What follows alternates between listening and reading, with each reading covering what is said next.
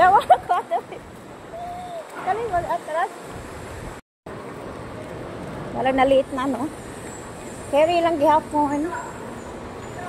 Oh! Bato na ka! Mag-commute rami! Ah! Oh! Oh!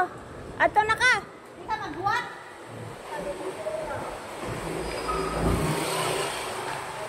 Diyan ko, no? Oh. Late na ni guys kay kapit na guys 2:30. 1:30. Nalangay din. We are here now. Hello, sir. Okay.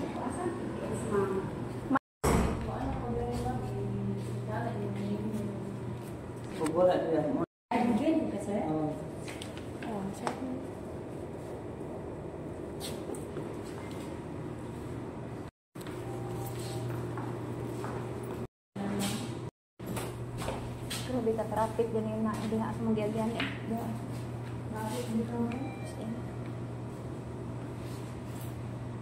Ano may showroom? Anong showroom ba? PTS. Tama na. Iba sa Basta mga realty. PS ha? Asa mga realty? Hi, Sir Darlene. Hi, sir. Ano, 16th floor. 16 out of 1. 16. Nice view. Ano din nagkuha? Yes, ma'am. Ano din nag-stay? Yes, ma'am. Occupied na. Ako na ba bang? Ay? Yung lira ko po dahil. Thank you, ha? Tumpad ang asway. So, na-apply showroom ay open sila for our uptown project. So, that uptown project is very special. No? So, matter of fact, we are actually separating the brand from the residences.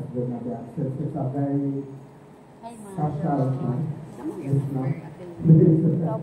This is actually a proud student owner of the uptown. Yes, it's nice show right there, exactly, actually. Diba? Right, anyway, that's from Buhay Towers. Also, we have living ideas sa katong nakatour. All of the furniture stuff and our is from Living Ideas. No? So that wooden furniture there, katong mga bed na pwedeng buhat na, so that is Living Ideas work.